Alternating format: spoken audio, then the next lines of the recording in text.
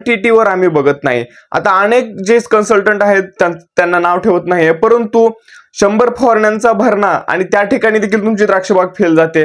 असं न करता क्वालिटीवरती फोकस करून चांगल्या सूक्ष्मगड निर्मितीच्या अनुषंगाने असलेल्या थ्रिप्सच्या नियोजनासाठी, असलेल्या पाणी व्यवस्थापनासाठी ज्या काही गोष्टी अंतर्भूत करायच्या होत्या, खत व्यवस्थापनामध्ये जी काही महत्वाची खतं इत्थंभूतपणे मांडण्याचा जो प्रयत्न आम्ही आमच्या शेड्यूलमध्ये केलेला आहे, त्यामुळे आमचं शेड्यूल मार्केटमधील इतर शेड्यूलपेक्षा वैयक्तिक वेगळं आणि एक आकर्षक असं ठरतं आणि ब्रँडेड असं ठरतं. ब्रँडेड म्हणेन मी, कारण की ह्या शेड्यूलसाठी मी माझी 3 वर्ष खपवलेली आहेत आणि त्यानुसार आम्ही हे शेड्यूल बनवलेलं आहे.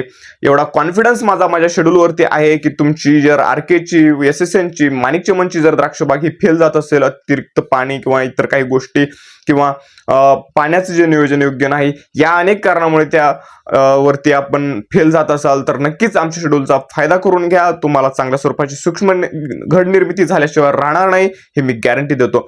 तर द्राक्ष बागायतदार बंधूंनो, क्वांटिटीवरती नाही तर क्वालिटीवरती फोकस करून